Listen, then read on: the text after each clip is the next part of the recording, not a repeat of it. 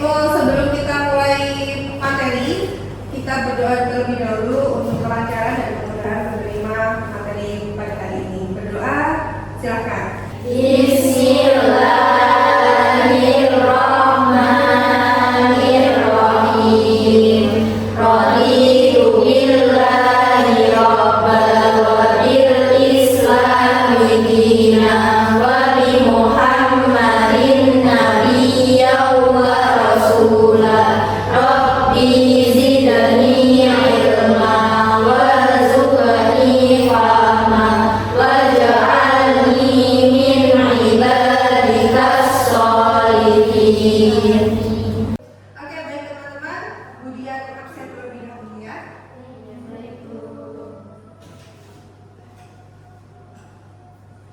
Oke, baik. Yuvita Sari Septian ada? Oke. Nina Salsabila. Oh, Nina Salsabila izin. Oke, baik. Tasya Dwi. Oke. Erika. Oke, baik. Jadi yang hari ini tidak hadir ada 3 orang ya? Iya. Terima kasih. Oke, baik teman-teman, kita mulai materinya. Materi kita hari ini tentang pengembangan kegiatan bermain inklusif untuk para anak yang berkebutuhan khusus atau biasa kita sebut sebagai ABK.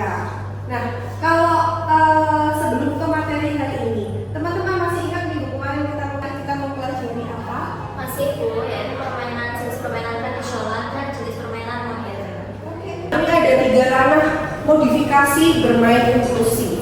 Jadi apa saja yang bisa kita modifikasi untuk mendapatkan 3 prinsip pengembangan kegiatan bermain inklusif tadi. Yang pertama adalah memodifikasi alat atau API-nya. Kemudian yang kedua memodifikasi aturan mainnya. Dan yang terakhir adalah memodifikasi lingkungan belajarnya, setting tempatnya. Kalau API-nya disesuaikan dengan kebutuhan anak ABK. Contohnya tadi tunanetra, berarti kita maksimalkan di benda lainnya. Kemudian untuk aturan mainnya, misalkan kalau aturan mainnya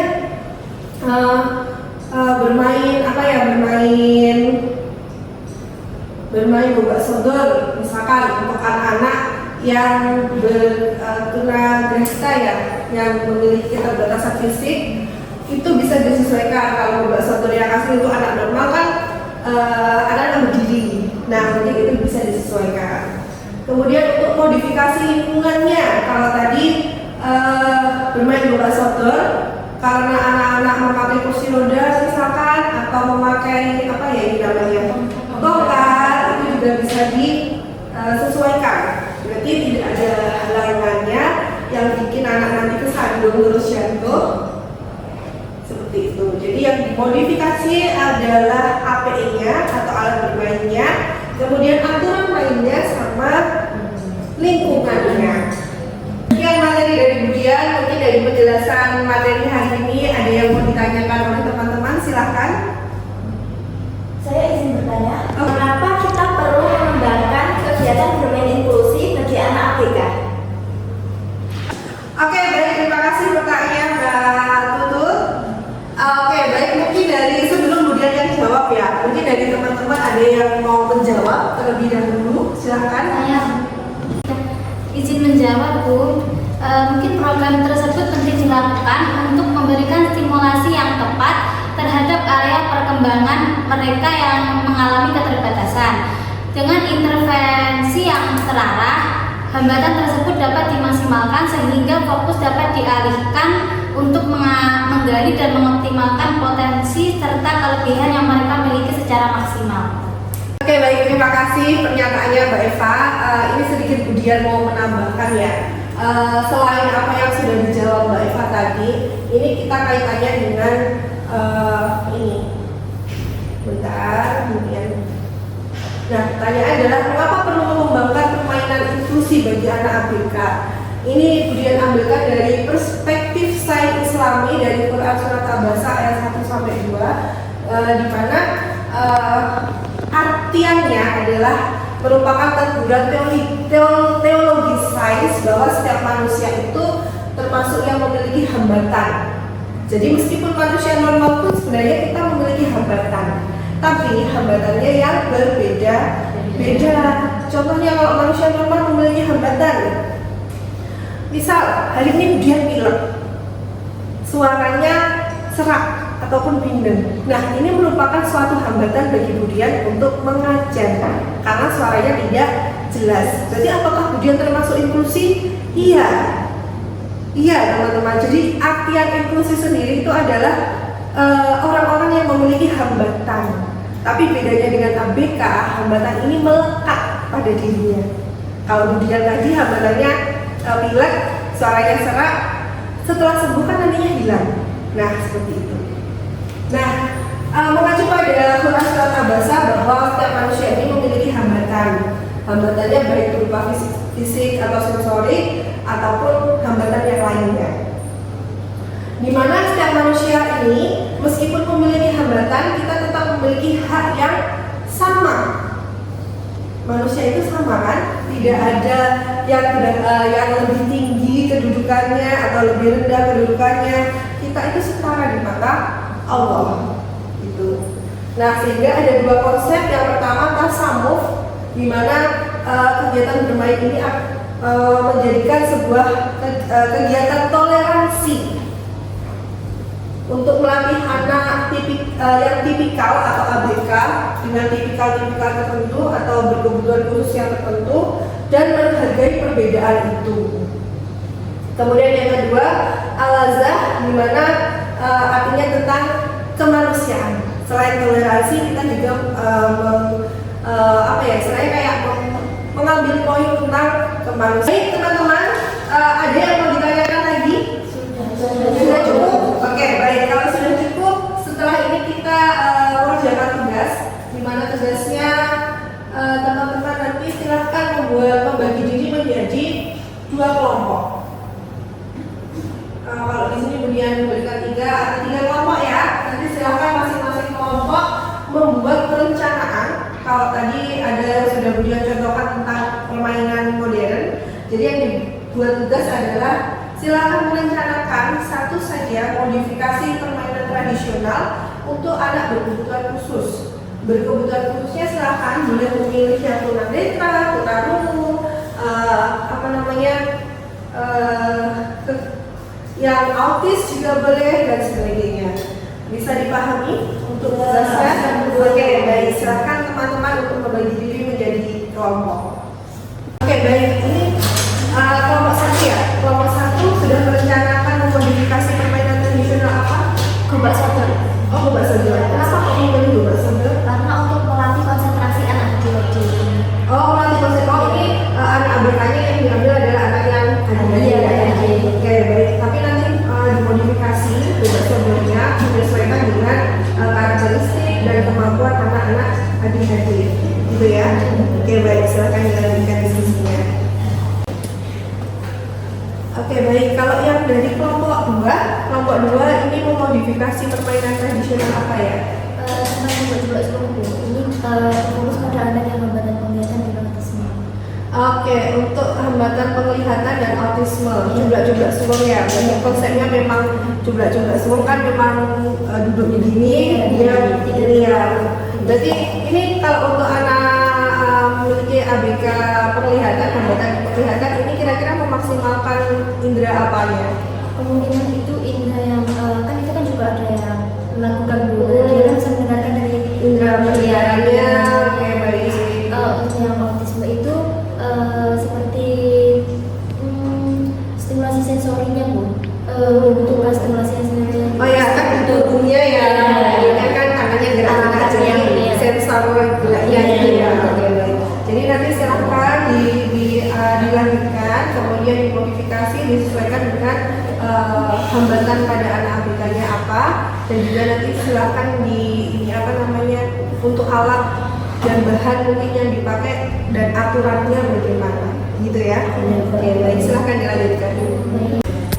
Oke, baik teman-teman, waktu diskusinya sudah selesai. Silahkan dari kelompok 1 atau kelompok 2 dulu yang mau mempresentasikan secara singkat tentang hasil diskusinya tentang modifikasi permainan tradisional untuk anak berkebutuhan khusus. Mungkin dari kelompok 1 dulu ya. Oke, silahkan berdiri Pak. Baik, kalau kami di sini akan mempresentasikan tentang gobak sodor yaitu untuk anak adik-adik. Nah, modifikasi inklusifnya itu seperti lingkungannya itu atau alatnya itu garis lapangan dibuat menggunakan tali rafia yang bertekstur atau yang kasar gitu. Terus untuk aturan mainnya itu skor tidak dihitung dari siapa yang berlari paling cepat, melainkan bagaimana satu tim bisa berjalan beriringan menjaga anggotanya yang paling lambat agar tidak tersentuh lawan. Lalu ini menanamkan nilai tawasud atau keadilan atau keseimbangan dan gotong royong. Oke, baik. Jadi ini untuk saya dulu kembali Mbak. Berarti ini untuk gobak sodor ya, untuk anak ADHD di mana yang dimodifikasi adalah alatnya yang digunakan. Jadi yang digunakan adalah tali yang bertekstur ya, sehingga nanti anak juga bisa merasakan gitu. Terus yang kedua adalah aturan mainnya, di mana aturan mainnya ini kalau untuk anak normal kan yang bisa melalui penjaganya secara cepat dan kembali secara cepat adalah pemenangnya. Tapi kalau untuk anak ADHD difokuskan untuk kerja sama tim berarti ya. Oke, baik. Mungkin ada pertanyaan dari kelompok 2 ke kelompok 1? Izin bertanya ya, untuk hambatan di permainan tersebut Ada hambatan nggak? Kalau misalkan nanti faktor penghambatnya ada nggak? Karena ini untuk anak ADHD ya. Oke, silakan. Jadi hambatannya itu untuk anak ADHD kan lebih ke fokusnya ya yang dilatih. Jadi untuk instruksinya itu lebih ke mengulang dan perlahan-lahan untuk dijelaskan kepada anaknya. Ya, sesuai dengan anak berkebutuhan khususnya ya. Oke. Sekarang silakan dari kelompok 2 untuk mempresentasikan hasil diskusinya.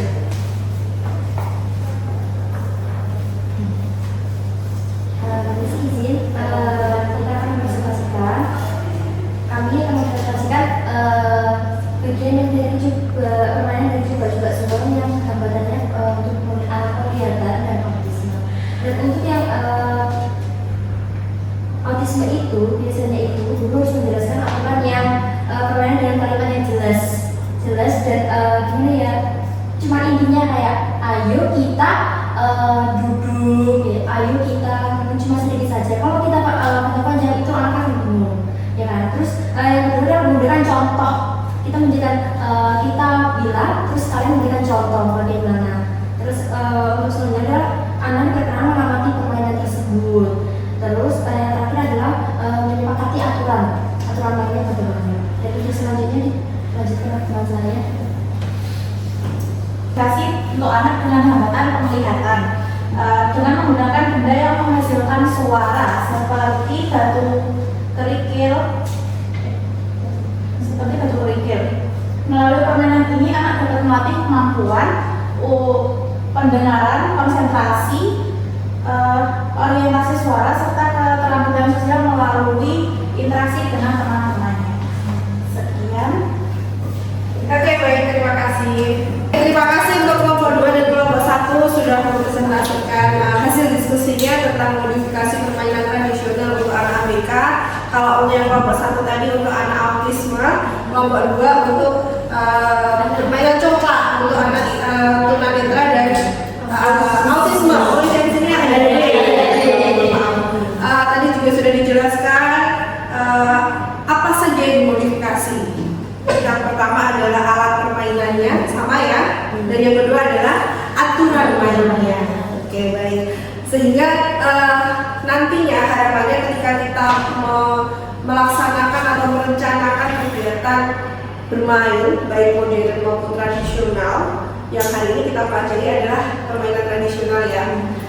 Diharapkannya nanti baik untuk anak normal maupun anak ABK ini dapat bermain bersama-sama sehingga dapat meningkatkan keterampilan atau kemampuan interpersonalnya. Baik teman-teman, alhamdulillah perkuliahan kita hari ini sudah selesai. Untuk tugas selanjutnya yang akan kita lakukan di minggu depan, hari ini kan teman-teman sudah membuat rancangan modifikasi permainan tradisionalnya ya. Minggu depan silakan teman-teman membawakan alatnya dan kemudian juga rancangan untuk evaluasi perkembangannya. Begitu? Bisa dipahami? Bisa. Baik. Oke, baik. Terima kasih teman-teman. Mata kuliah hari ini, materi kita dan diskusi kita hari ini sudah selesai. Dan insya Allah kita bertemu lagi. Jangan lupa tugas yang kemudian berikan untuk dikerjakan. Minggu depan dibawa dan kita diskusikan lagi bersama-sama. Terima kasih. Bu Dian akhiri. Wassalamualaikum warahmatullahi wabarakatuh. Waalaikumsalam warahmatullahi